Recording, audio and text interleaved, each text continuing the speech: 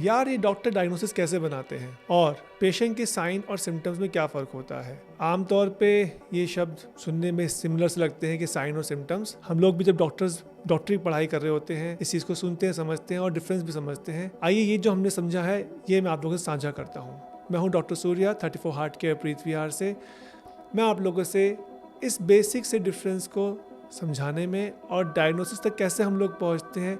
Science वो होते हैं जो पेशेंट की डॉक्टर टेस्ट करते हुए निकालता है और उससे पहले आते हैं सिम्टम्स, यानी कि जो पेशेंट तकलीफ लेके हम तक पहुंचता है। फॉर एग्जांपल फीवर, बुखार एक सिम्टम है, सर दर्द एक सिम्टम है, आंखों से पानी गिरना ये सिम्टम है, नाक बंद होना ये सिम्टम है, पेट दर्द, नींद उड़ जाना, पेशाब कम आना, जो तकलीफ पेशेंट अपनी भाषा में हमें समझाता है, बताता है, वो होते हैं सिम्टम्स। जब वो पेशेंट हमसे सिम्टम्स लेके हमारे पास, हमारी क्लिनिक में, हमारे हॉस्पिटल में हमारे पास आता है, हम उन सिम्टम्स को सुनकर कुछ अपने तरफ से छू कर, पकड़ कर, स्टेथोस्कोप से सुनकर चीज़ों को समझते हैं और हम कुछ चेक करते हैं। फॉर एग्जांपल पेशेंट को पेट में दर्द है, पेट में दर्द उसके लिए एक सिम्टम हो गया, लेकिन जब मैं एज अ डॉक्टर पेशेंट को एग्जामिन करूँगा, पेट के हाथ लगाऊंगा, चेक करूँगा कि कौन से हिस्से में दबाने से दर्द है या दबाने से पेट में दर्द में रिलीफ मिल रहा है, वो हो जाएगा उस दर्द के रिलेटेड साइंस और सिम्टम्स की डिफरेंस से हमें ये दिखता है कि कौन सा ऑर्गन बेसिकली वो प्रॉब्लम कर रहा है। अगर मेरे पेट में वैसे दर्द उठ रहा है जो पर्टिकुलर किसी दबाने से, किसी हिस्से को छूने से उस पर कोई फ़र्क नहीं पड़ रहा, तो आम तौर पे उसका ओरिजिन ज़्यादातर इंटेस्टाइन से जुड़ा हुआ पेन है या फिर स्टमक से जुड़ा हुआ पेन है। लेकिन अगर दबाने से या उस पोर्शन को छूने से वो दर्द और बढ़ जाता है और कौन से हिस्से में वो दर्द हो रहा है, मिसाल के तौर पर अगर हमारे पेट के राइट अपर हिस्से में वो दर्द है और दबाने से वो दर्द बढ़ रहा है, तो गॉल ब्लैडर या लिवर जैसी दिक्कत मेरे दिमाग में पहले आएंगी। अगर वो नीचे की तरफ हिस्से में राइट साइड में दबाने पर दर्द बढ़ रहा है तो अपेंडिक्स जैसी चीज़ मेरे दिमाग में पहले आएगी। तो सिम्टम को हम पुख्ता करने के लिए साइंस की तरफ जाते हैं। अब इसके बाद आता है नेक्स्ट स्टेप, जब हम पेशेंट की डायग्नोसिस को पक्का करने के लिए कुछ टेस्ट कराएंगे। अकॉर्डिंगली कौन से हिस्से में किस तरह का सिम्टम आया और किस तरह के साइंस मैंने देखे और मेरे दिमाग में क्या डायग्नोसिस बनाई, नेक्स्ट स्टेप आएगा हमारा टेस्ट कराने का। तो डायग्नोसिस का थर्ड इंपॉर्टेंट स्टेप हो जाता है टेस्ट। चाहे वो उस हिस्से के फंक्शन से रिलेटेड ब्लड टेस्ट हो, चाहे वो उस हिस्से को देखने के लिए, समझने के लिए रेडियोलॉजिकल टेस्ट हो। रेडियोलॉजिकल टेस्ट में हमारे अल्ट्रासाउंड भी आते हैं, हमारे एक्सरेज भी आते हैं, हमारे सीटी स्कैन्स भी आते हैं और ज़रूरत पड़े तो स्पेशल सीटी स्कैन जैसे कंट्रास्ट वाले या एमआरआई जैसे टेस्ट भी किए जाते हैं। और अगर हम ब्लड टेस्ट की बात करें तो जो हिस्सा हमारा इन्वॉल्व है उस हिस्से को रिलेटेड लिवर फंक्शन टेस्ट, और अगर कोई बीमारी जो लिवर को इन्फेक्ट कर सकती है तो इन्फेक्शन से रिलेटेड ब्लड काउंट्स, और अगल बगल जो और भी ऑर्गन्स हैं जो हम ये देखना चाहेंगे कि उस बीमारी के साथ वो भी इस चपेट में ना आ गए हों, उसके लिए related kidney function test, CRP, अलग अलग टेस्ट किए जा सकते हैं। तो तीनों ही कंफर्म होने के बाद जब सिम्टम, साइंस और टेस्ट एक दिशा में जाएं तो हम पेशेंट का ट्रीटमेंट शुरू करते हैं। डायग्नोसिस बनाने के लिए सबसे इम्पॉर्टेंट ज़रूरी होती है डिटेल्ड हिस्ट्री। जितना हम पेशेंट से अच्छे से खुल के बात करेंगे, उसकी टाइम दे के उसकी हिस्ट्री को समझेंगे,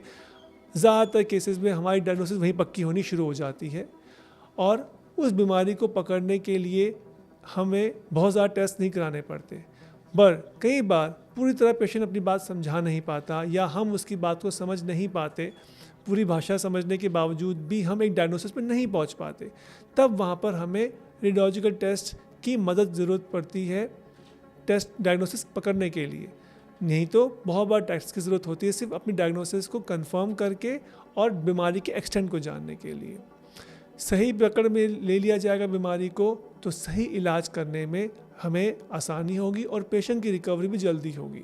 कई बार कोई पेशेंट छोटी सी बीमारी लेकर हमारे पास आता है, लेकिन जब हम टेस्ट करते हैं तो हमें और बहुत सारी बीमारियां जो पेशेंट को अब तक पता ही नहीं थी उनके बारे में भी जानकारी मिल जाती है। पेशेंट सिर्फ सर दर्द लेकर हमारे पास आया, हमने टेस्ट किया तो हमें दिखा कि पेशेंट का ब्लड प्रेशर बढ़ा हुआ है। ब्लड प्रेशर जब हमने टेस्ट किया फर्दर हमें दिखा कि उस ब्लड प्रेशर का असर पेशेंट की किडनी पे भी जा चुका है, पेशेंट के हार्ट पे भी आ चुका है, पेशेंट की आंखों पे भी जा चुका है, पेशेंट के लिवर पे भी जा चुका है। तो एक सिम्टम जो शुरुआत तो सर से हुई थी, लेकिन जब हमने टेस्ट किए या बीमारी के बारे में और छानबीन करी तो हमें दिखा कि शरीर के और हिस्से भी उस बीमारी के साथ जुड़े हुए चपेट में आ चुके हैं या अफेक्ट हो चुके हैं।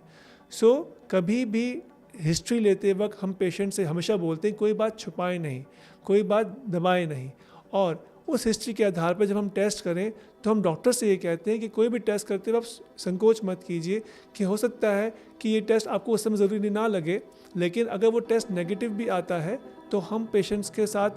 कोई भी बड़ी चीज़ मिस नहीं करेंगे। सो डायग्नोसिस बनाने के लिए डिटेल्ड हिस्ट्री और डिटेल्ड टेस्ट दोनों बहुत इंपॉर्टेंट हो जाते हैं।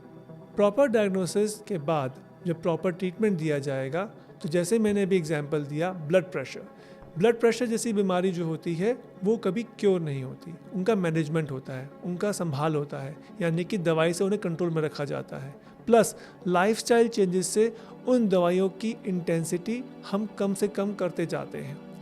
तो यहाँ पर आते हैं फॉलोअप टेस्ट, यानी कि पेशेंट जो हम दवाई दे रहे हैं और जो पेशेंट दवाई ले रहा है कितना रेगुलर है, और क्या उस दवाई से हम जो टारगेट ब्लड प्रेशर पेशेंट का चाहते हैं वो अचीव कर पा रहे हैं कि नहीं कर पा रहे हैं। अगर अचीव कर पा रहे हैं तो उसका असर हमें दिखेगा कि उसकी kidney function, liver function, heart functions वो धीरे धीरे बेहतर होते जाएंगे, पेशेंट सिम्टम फ्री होता जाएगा। और जो दवाई की क्वांटिटी बहुत ज़्यादा है, धीरे धीरे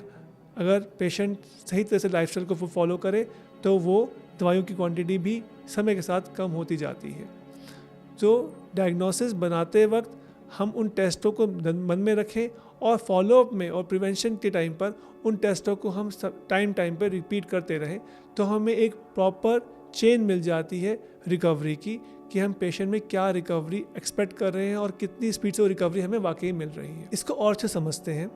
कई बार डायग्नोसिस इत्तेफाकन भी होती है। मिसाल के तौर पर जैसे एक पेशेंट मेरे पास ओपीडी में हेडेक लेकर आया, सर दर्द लेकर आया, और सर दर्द में मैंने उसको देखा और समझा, डिटेल में समझा कि सर दर्द कब होता है, कैसे होता है, किन किन चीज़ों से ट्रिगर करता है। जब मैंने उसके रेडियोलॉजिकल टेस्ट कराए, ब्लड टेस्ट कराए, तो और मैंने क्लिनिकली पैरामीटर्स देखे तो उसका ब्लड प्रेशर मुझे बढ़ावा मिला। उसके इस बढ़े हुए ब्लड प्रेशर का असर किडनीज पर, हार्ट के ऊपर, हार्मोन्स के ऊपर कहीं ना कहीं ब्लड प्रेशर का असर आता जा रहा है। फिर जब हमने रेडियोलॉजिकल टेस्ट कराए, जिसमें अल्ट्रासाउंड में, इको में, ब्रेन के सीटी स्कैन में हमने इन टेस्टों को फर्दर चेक किया, तो हमें दिखा कि ब्लड प्रेशर की बढ़ने की वजह उसके ब्रेन से है। कुछ ब्रेन में हार्मोन्स हैं या ब्रेन में एंडोक्राइन ऑर्गन है, जिसकी वजह से कुछ हार्मोन्स नॉर्मल मैटर से ज़्यादा निकल रहे हैं, और वो नॉर्मल ठीक करे बिना ब्लड प्रेशर कंट्रोल में नहीं आएगा, और ब्लड प्रेशर कंट्रोल करे बिना बाकी हिस्से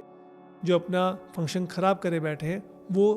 फंक्शन खराब होता हुआ रुकेगा नहीं, वापस नॉर्मल होगा नहीं। यहाँ पर हमने देखा कि एक कड़ी से दूसरी कड़ी जुड़ती चली गई और हमें डायग्नोसिस के पूरे लूप में मेन जो बीमारी उस घर तक हम पहुँचे। आई एम श्योर कि आप लोगों के साथ भी जब आप हॉस्पिटल जाते होंगे बहुत बार ऐसा हुआ होगा कि हम गए किसी और बीमारी की चेक कराने के लिए गए थे, जैसे आमतौर शुगर चेक कराने गए थे, शुगर बड़ी मिली, डॉक्टर ने शुगर के रिलेटेड टेस्ट कराए और टेस्ट करते करते हैं पहुंचा तो हमारी हार्ट की ब्लॉकेजेस तक हमें सामने मिलकर आने शुरू हो गई कि वो भी परेशानी के लेवल पर पहुंच चुकी हैं। तो पेशेंट के बाद डर जाते हैं कि वाकई मुझे ऐसी बीमारी है भी है, मैं तो सुई टेस्ट कराने गया था और पता नहीं कहाँ का कहाँ पहुँच गया। तो ऐसा नहीं होता। जो बीमारियां ये होती जब हमारे सामने आती हैं तो वो उनका फर्स्ट डे नहीं होता, वो बीमारी कब से हमारे अंदर हमें खुद नहीं पता होता। सो आई होप जो आप लोगों के मन में डाउट था कि डॉक्टर डायग्नोसिस कैसे करते हैं और एक बीमारी से 10 बीमारी कैसे मिल जाती हैं या साइंस और सिम्टम्स क्या होते हैं, हम उसको थोड़ा समझ पाए।